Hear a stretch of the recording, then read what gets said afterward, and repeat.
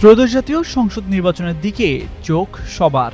ফেব্রুয়ারিতে নির্বাচন আয়োজন কতটুকু সম্ভব তা নিয়েও আছে কৌতূহল। যদিও যে কোনোভাবেই হোক প্রধান উপদেষ্টার ঘোষিত সময়েই নির্বাচন আয়োজনের প্রস্তুতি নিচ্ছে কমিশন। তবে নির্ধারিত সময়ে ভোট আয়োজনে ইসির সামনে রয়েছে বেশ কিছু চ্যালেঞ্জ। বিশেষ করে নির্বাচন নিয়ে বেশ কিছু সিদ্ধান্তে একমত হতে পারেনি রাজনৈতিক দলগুলো। এমনকি জুলাই ঐকমত্য কমিশনের সদস্যদের কাছ থেকে উঠে এসেছে নির্বাচন আয়োজনে অনিশ্চয়তার শঙ্কার কথা। ইসি সূত্র বলছে, গ্রহণযোগ্য ত্রয়োদশ জাতীয় সংসদ নির্বাচন অনুষ্ঠানে নানামুখী চ্যালেঞ্জ দেখছে ইসি।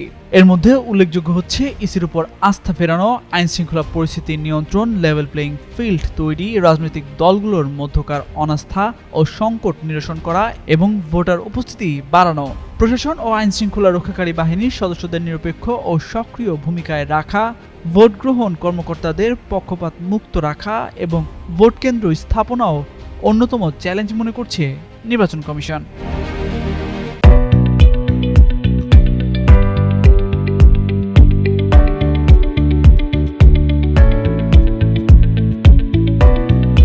নাম প্রকাশে অনিচ্ছুক নির্বাচন কমিশনের একাধিক কর্মকর্তা জানান, জুলাই সনদসহ নির্বাচন ইস্যুতে রাজনৈতিক দলগুলোর মধ্যে সদ্ভাব না থাকলে নির্বাচনের সহিংসতা বাড়বে। গত সপ্তাহে ইসির কর্মকর্তারা সম্ভাব্য চ্যালেঞ্জ নিয়ে বৈঠক করেছেন। সেখানে বেশ কিছু বিষয় উঠে এসেছে।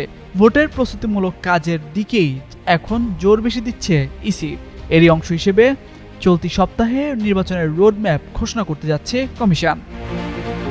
নির্বাচনের চ্যালেঞ্জ নিয়ে ইসি আব্দুর রহমানেল মাসুদ জানান, চ্যালেঞ্জের শেষ নেই, তবে তফসিল ঘোষণার কাছাকাছি সময়ে আইনশৃঙ্খলা পরিস্থিতির অবস্থা আরও উন্নতি হবে। এছাড়া নির্বাচনের আইনশৃঙ্খলা রক্ষাকারী বাহিনী হিসেবে সেনা, নৌ ও বিমান বাহিনী এবং কোস্টগার্ডকে অন্তর্ভুক্ত করে আরপিও সংশোধন করা হচ্ছে।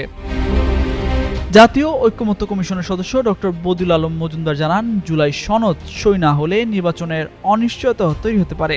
ওই অনিশ্চয়তা থেকেই বড় সংকট তৈরি হতে পারে। এ থেকে নির্বাচনের সময় সুযোগ সন্ধানীরা নাশকতার মাধ্যমে ভীতিকর পরিস্থিতি তৈরি করতে পারে। নির্বাচনে ইসি, সরকার ও গণমাধ্যমের নিরপেক্ষতা বজায় রাখাও অন্যতম বড় চ্যালেঞ্জ বলে মনে করেন তিনি। তামজিদ মির্জা, যুগান্তর নিউজ।